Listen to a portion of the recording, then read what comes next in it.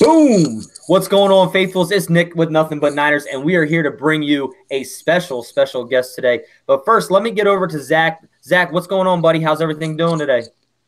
Good, man. I'm hyped to be here. Hyped to be here with our guest. Yeah, man, and we'll get to the man of the hour. But first, guys, make sure you hit that like and subscribe button down there in the right-hand corner. Make sure you find all of our podcasts on SoundCloud, iTunes, TuneIn, Stitcher, iHeartRadio, Google Play. Wherever you need to find us, we're there. You can also check out nothingbutniners.com. You can find all of our social media avenues there. You can follow us on Twitter, Snapchat, Facebook, Instagram. We are all over the place, guys, just like our 49ers and faithful worldwide. But without further ado, the man, the myth, the legend, the man of the hour, Richie James, man, seventh round pick this year, pick number 240 in the draft, man. And it's a pleasure to have you, man. How's it going, Richie? Oh yeah, it's good, man. It was good with you guys. Same old, man. And we were just kicking a little bit about some Sarasota, man. Growing up in Sarasota, man, got to let these Californians know that Florida beaches are where it's at. I'm trying to tell you, you better go. You better go to Florida if you got a chance. You better go to Sarasota. Siesta Key is gonna change your life. Definitely, guys, and make sure you check out the new show out, Siesta Key. Also, good friend of Richie's is on there as well. So. Man, let's get this started, Richie. It's an honor to have you. Thankful for joining us today, man, and I really appreciate that. I know Zach's got a couple questions. I'm gonna let him lead off. So Zach, go ahead and kick off that. Okay. We're gonna start a little bit before college. Going back to high school, you started out as a quarterback and then you transitioned to wide receiver. Why did you make that choice, and how hard was it? A hard time for you to adjust?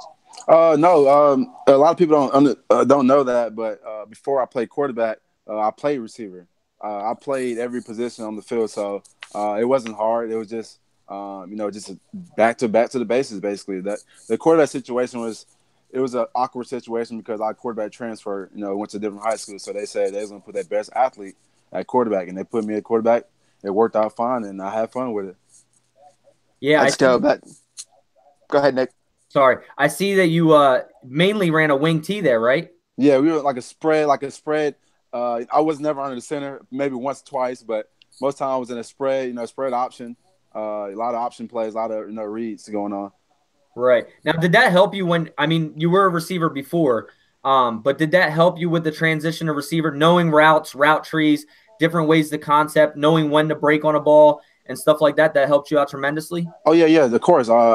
Just knowing, as a quarterback, you got to be able to read coverage just like a receiver. You can't get open and not know what's going on around you. So as a quarterback, that definitely helped me out when I transitioned back to receiver. It just gave me another insight of, man, I understand what the quarterback sees, and I understand what we have to do to get open. Yes, that's absolutely.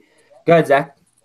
Yeah, all of your hard work was evident on the field. You racked up over 3,000 yards in your first 2 years receiving. How did that feel, accomplishing that? Did you feel kind of vindicated in your decision to move? I accomplished everything I can accomplish at the level. I felt like, in that case, I'll just be chasing records. And I, like you said, I had 3,000 yards in 2 seasons, man. There's a lot of guys that haven't even went over 2,000 yards. So for me to get in 3,000 yards, man, I praise my quarterback and the O-lineman and the guys around me that helped me accomplish that. So, it's big praise to them guys and for helping me achieve my goals. Yeah, and that's big that you said that right there, that you praise your linemen and other teammates, because Coach Stocco said that you were a great teammate in and out of the locker room. You were always in the weight room.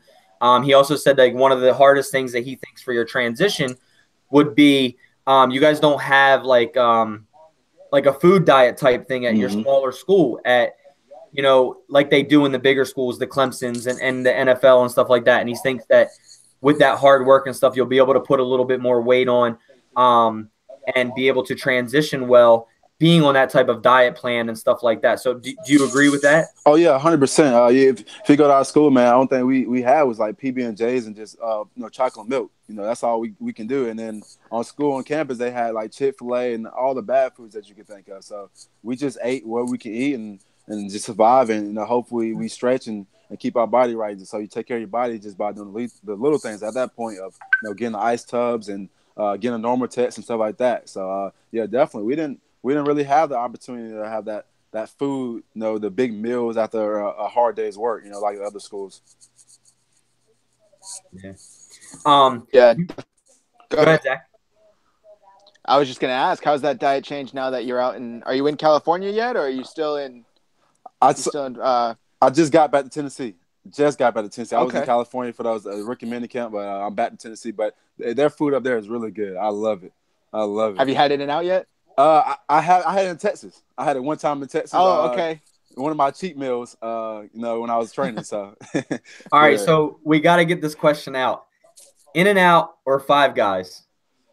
Oh, I had Five Guys more, so I gotta go with Five Guys. But I can try, In-N-Out a little bit more and see if I like it more. I can't really make that statement just yet because I haven't had In-N-Out every day. Like I had Five Guys before.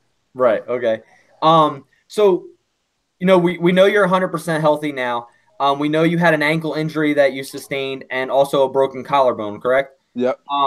How was it coming back from those two injuries? I mean, obviously it was harder to come back from a collarbone.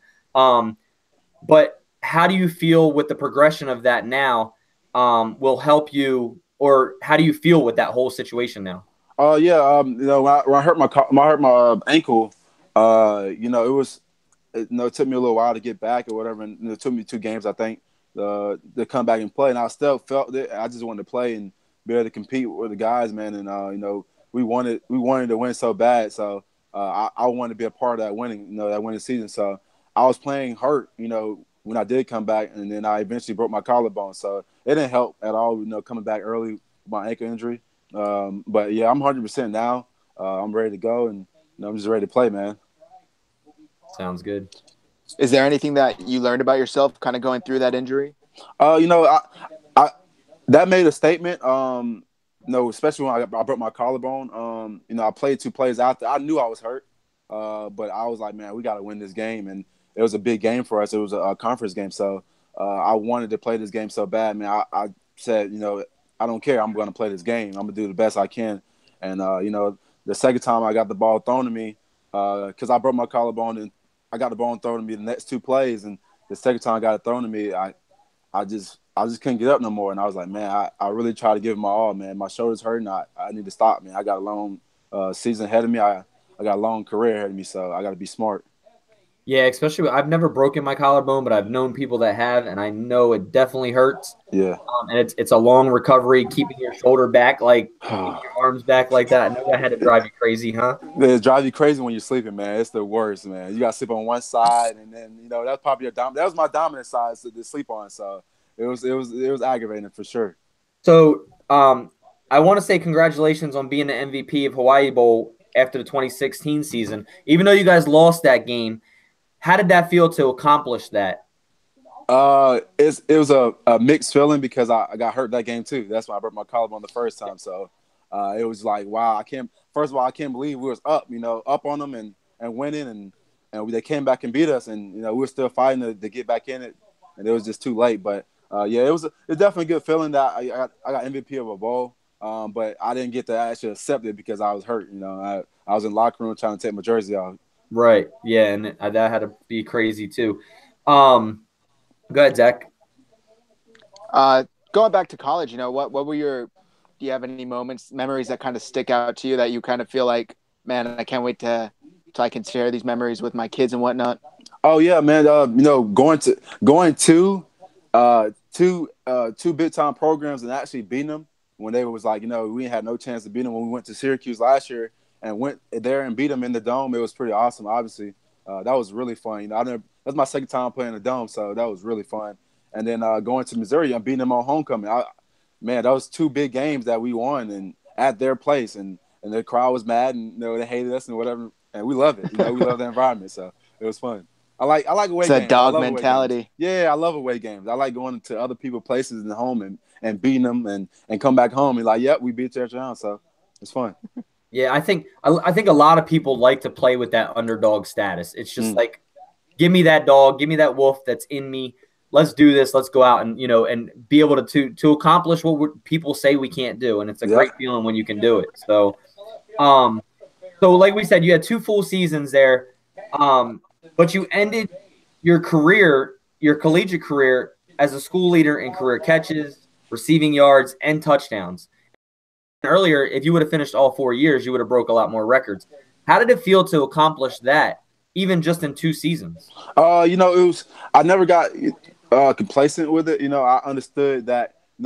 I wanted to win more, but the only way I can win, if I got the ball and I tried to carry the team as much as I can. But we had a great quarterback. We had great alignment that supported and helped us throughout that time. So I can always give them guys half the credit because half the time I worked for it, but they helped me accomplish their goals. But at the end of the day, those records, I mean, they're gonna be hard to break.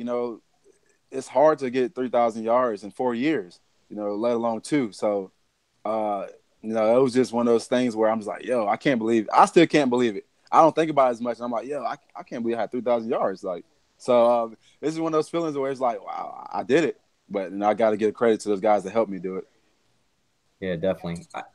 I love that team player aspect in you right now is your lineman got a block for your quarterback to get you the ball. Other receivers have to do certain things for your route to be processed correctly. Yep. Now, talking about routes, one last thing, let's touch on that is Coach Rick Stockstill said that, they used you all over the field, mainly inside as a slot guy, but you did play a little bit of outside. What do you prefer, or would you do anything to get on the field? I would, like you said, I would do anything to get on the field. I do prefer mostly inside because I'm very comfortable with it. I love being able to go against safeties and create mismatches against linebackers. They try to line a linebacker out there on me. It gives advantage, and obviously that helps like with Yak. Getting the yards of the catch. Usually got to make 1 or 2 guys missing. It's really open field. So I do prefer inside, but I don't mind playing outside. Like I said, I'm a team player. If they put me outside, I play outside. It doesn't matter to me. I just want to help the team out, contribute the way I can. Yeah, because we do have a guy that you guys played against. That's a slot guy. Was just drafted last year, and he came out pretty big. Trent Taylor. You guys played against him, and I know he talked to the coach and he was telling the coach how he loves it in San Francisco, how he loves the organization, how he loves John Lynch and Kyle Shanahan and everything that's going on. Have you had a chance to meet any of those guys yet?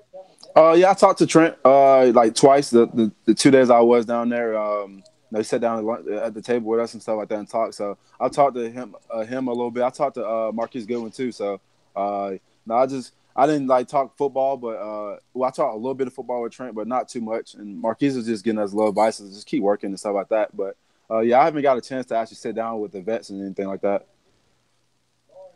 Right. Going back to kind of when you were younger, was there a wide receiver when you started playing or even when you were in college that you felt you kind of emulated their game after? I hate to compare 2 players to another, but is it, kind of you feel like your game kind of models after one? The more I get that answer is the more I think about. I don't really try to model my game after people, but it's more so you can take things from other receivers and put them in your game, because you want to create your own game at the end of the day. You want to be able to leave your own legacy. So, but if it's one person I look and be like, it's more compared to, is Antonio Brown. Obviously, he's quick, he's fast, and I'm quick, and I'm fast. So and he's small. They're gonna look at him like he was small and everything. So we're more compared to each other than any other receiver I can think of. But yeah, definitely the way he played, the dog in him is very similar to how I play. So I can definitely learn a lot from him. Yeah, a lot of the media writers and stuff like that are saying you're tearing it up in rookie minicamp. So everybody's saying be on the lookout for him. So, that's great that you had a great rookie minicamp. Got to see a little bit behind the scenes type of things for the NFL. But I got one question left, and then maybe we'll get into a little bit of the fun questions real quick. So Coach Rick Stockstill said Richie James has great hands, great vision. He can make contested catches. He plays very fast. He has a good catch radius. He's a great teammate. What would you describe, with taking all those words overall, if you could use any word or anything like that, how would you describe your play on the football field? If I can break it down and literally just say a sentence, I would say I play bigger than what I am. If I was 6'2", you'd be like, oh my god, that's normal to him. But because I'm 5'9" and I play so big and aggressive, you would think I am 6'6", 6'2" or whatever. So I definitely everything he described me is exactly what it is, and that's how I play. And then I play aggressive. I'm a smart player. I like to protect myself too, but I play hard, man. I play aggressive, and I got good hands. I got a good catch radius. If it balls in my area, I feel like I can get it. And you see pictures, you see videos, you see film that shows that. Yeah, awesome. Go ahead, Zach. Okay, do you want to move on to like the funner questions? Yeah, let's move on to the fun questions. We got enough of the. All right. All right, let's go to what's one of your most embarrassing moments? You can go either in life or on the field, whatever you want to choose.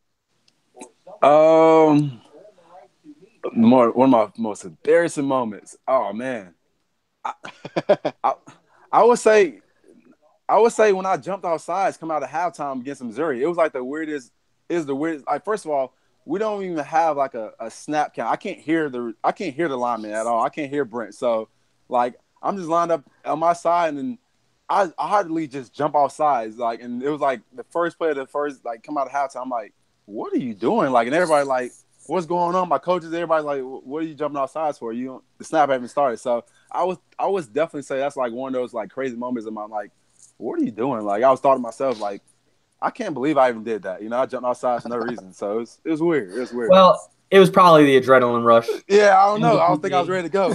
Yeah. And then the next play, I dropped the ball. Like it was supposed to test, and I dropped the ball. So it was like one of those like, what? What's going on? Like so, that was a little weird. It was a little weird.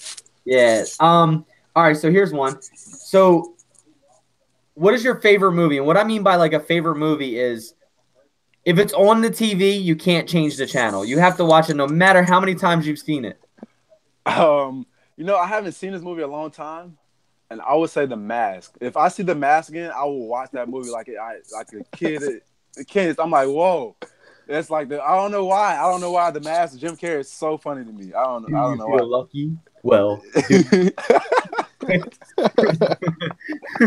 Jim Carrey is my guy, man. I love Jim Carrey, man. Yeah, he's definitely a good one, man. Good.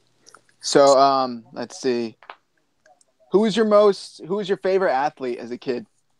Probably Damon Thompson. I gotta go with LT. I gotta go LT. It's a great choice. Yeah. Great choice. Yeah. I rode him at 21. I was at in Little League, and I thought it was LT all the way. I think everybody did, man. I'm trying to tell you. LT. You can't not like LT. Come on, man. That's so great runner. He's such a great runner, man. He's such a great runner. Such a great runner. So do you play video games at all? Call of Duty every day. Call of Duty, what system? Oh yeah, PS4. PS4? Yeah. Okay. I'm not an Xbox guy. I had Xbox until I got to like high school, and I was like, I'm gonna switch to PS4. I love PS4. Yeah, I'm in the PS4 category too. I can't mess with Xbox. The big controllers, it's too big now. It's too big. I got small hands. I need That sounds like a personal problem. Yeah, right. Yeah, just saying, I want these big old controllers. So do you cook? Yeah, no. I would say I love to try new food. I'm an adventurer. Like I love to go out and eat and try new food like that I haven't tasted before. Because my taste bud is so broad. Like I'm so used to certain things. So I'm definitely like more so on the end of not cooking is going out and actually trying new food. I try new food every other day or something like that. So I wouldn't say I'm like all into cooking. So if you had to cook for somebody, like say you were going on a date or whatever, you wanted to have a cook, what would be the go-to meal that you would cook? I'll probably call my grandma and be like, hey, grandma, please tell me the recipe of your greens, because I'm going to cook them greens overnight. I want to cook them greens, that macaroni and cheese, and that probably some cornbread. I don't know. I have to go with my grandma to get that meal, because, if you're trying to impress a girl or something like that, you got to go to the best, man. You got to go to the best and get the greens and the macaroni and cheese going. I was just going to say, there's no better recipe out there than grandma's recipe. I'm trying to tell you. Because she let them greens soak overnight, and the next day they be so good, man. They be so good. That's awesome. So good. That's dope. All right. So, Zach, you got any more? I got one more if you don't. I got my last one here. What you got? Any touchdown celebrations in mind? Oh man, I've been thinking about it. I don't want to go use my old school. It's like my first one. I gotta throw up my fours or my S. Represent Sarasota. We come a long way, so that's probably my first touchdown celebration. But after a while, I'm gonna have to go the team celebration. We gotta find out a group of guys that love to celebrate together, and we might have to be creative because you see these guys getting creative nowadays with the celebrations. I'm loving it. That's a really good point because the Niners really didn't do any team celebrations last year. And we were all like, where's all the 49ers celebrations at? See, I've been watching, man. Everybody's getting creative, man. We gotta come up with something. I'm tired of the Fortnite celebration. We gotta come up with something different. Yeah. Well, it's funny because we had George Kittle on when he was first drafted, and we asked him what his touchdown celebration was going to be, and he actually broke it on here. He was like, "Oh, I'm going to do the Stone Cold Stunner with the beers." Yeah. He did it, and we're just like, "Oh yeah." That's wild. That's wild, man. All right. So if you could tell me one or two things that no one would think they know about you, like a hidden talent or something like that, what would you tell? They'll be surprised that I'm super athletic. Like I can literally hit backflips like ain't nothing. Like I can stand up and just like that. Like I'm super athletic. I run up walls and like I'm just everything. Like I'm super into backflips and flipping off and stuff. So you guys in Sarasota do a lot of parkour. Yeah, that, and I love riding bikes. So you'll catch me on a wheelie real quick. I can wheelie one hand, in circles and everything. I love dirt bikes, all that stuff. I'm super into it's funny once you start putting up numbers, the team's going to start paying you a little extra so you don't do that, right? Yeah, exactly. So I'm trying to stay away from it, but I can have fun right now. I can have my fun right now. Yeah, you definitely can. Richie, man, it has definitely been a pleasure. Just give you a little couple tidbits. It's Niner Empire, in case you ever need to know, because a lot of guys are taking heat for calling it other things. Just giving you a heads up for that. And if you could tell the faithful anything about you or what to look for this upcoming season out of you, what would you tell them? I just tell them, man, just look for me to come in and want to win. That's all I want to do, and I'm pretty sure they want to win too. So I'm just a contributor. I'm just playing my role, and if it's that receiver position, returner position, I'm going to give them my all, and we're trying to go in the Super Bowl here. We're trying to build something great. Do you know the saying right now, right? The brick by brick. Oh, brick by brick. Oh yeah, I love it. That's probably the greatest saying I've heard so far. Yes, I love it. I love it. It's great. I'm gonna get a brick by brick shirt, and I'm gonna put endorsed by Richie James on it. Hey man, you better send it to me too. I will. You better send it to me. I definitely will. So yeah, we'll get that to you. Yeah, definitely. Yeah, I'll hit you up, and once we get our NB Niner shirts too, I'll send you one. Then you can. Hey, give me something, man. All I got in my hat in the back. That's all I got right now, man. I gotta get some more. I gotta get some more gear. Yeah, I'll send you over an NB Niner shirt once we get them all done, man. I'll hit you up on Twitter and what size you wear? Extra medium? Oh no, yeah, extra medium. Extra medium? I wear large, man. Stop playing with me. I wear large, man. Leave it alone, man. I'm kidding. I got these long arms, man. These long arms, I gotta lower large, man. Sweet. Hey, I keep reading about him. I can't wait to see him on the field. You'll see the catch radius. Catch radius is all around, guys, just like everywhere Nothing But Niners crew is. We are all over the place, guys. Make sure you check us out everywhere, nothingbutniners.com. You can find us there. Once again, Richie, it has definitely been a pleasure. I really appreciate it. Hopefully we can catch up later after camp and stuff like that if you want, see how things are going. And we'll touch base with you then. All right, yeah. Appreciate you guys for having me on. Yeah, guys, make sure you follow me on Twitter, 49er Faithful 365. As well as Zach, go ahead and give everybody where they can follow you as well. Zach Hernan, ZACHHERNAN. All right, Zach Hernan. And you can follow Nothing But 9ERS on Twitter, guys. And make sure you give Richie James a follow. Go ahead, Richie, if you want to tell everybody where they can find you. Yeah, you can follow me on Twitter and Instagram, Sensei Spunk, SENSEI, and then Spunk, SPUNK. You can follow me on Twitter and Instagram. Guys, make sure you hit him up. It's going to be the newest receiver in San Francisco. It's going to be turning heads, baby. Yes, Richie, sir. Appreciate it, man. Thanks for joining us, and we'll touch base, bud. All right, thank you, guys. Thank you. All right. Bye-bye. Take care.